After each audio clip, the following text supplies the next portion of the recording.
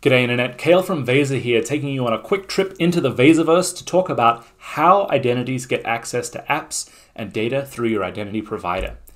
Now, normally at Veza I'm talking about visualizing who has access to what apps and data, but the how is important too. Modern enterprise teams use, on average, 40 to 60 different apps. So when we provision users through an IDP like Okta or Azure AD, we know that it's a best practice to assign applications to groups and then to add users to the appropriate group, rather than assigning applications directly to users. Because people and their roles in the organization change constantly. They join, move, leave. And when that happens, it's easier to alter group assignments than to hunt down and reassess every app a person has. Now, that's the ideal world. And what a world that would be. You go into the office, pour a nice cup of coffee, open up Okta, look at all your pristine groups, and just enjoy them for a minute before you get on with your day. In the real world, provisioning happens under pressure. You get a lot of messages like this. You need to be responsive. You do what you need to do to unblock people. So assigning apps directly to users is pretty common, even though it's not a best practice. And those direct assignments are much more likely to stay with a user, even as their actual duties change. Over time, circumventing groups like this makes your access governance more complex.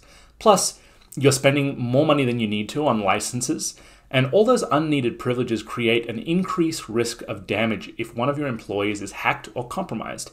It's really a kind of technical debt. We call it access debt.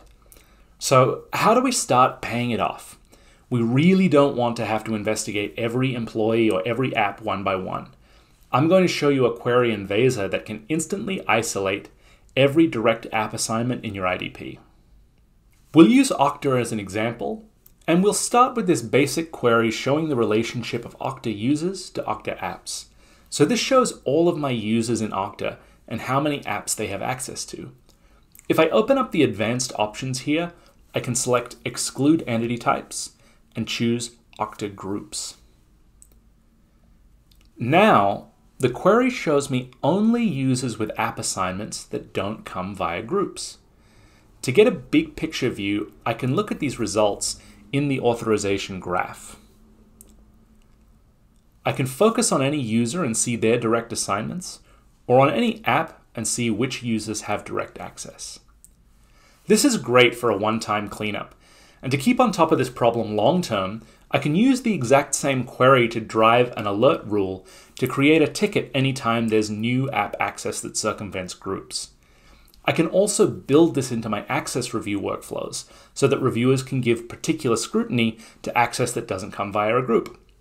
And this doesn't just work for apps provisioned through Okta or Azure AD.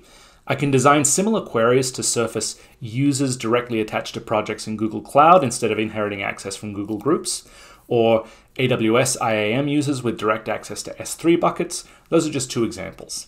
So, as well as showing you who has what access to apps and data, Veza also helps you manage how they get access so that you can apply best practices and stay out of access debt. Thanks for watching. I'll see you next time.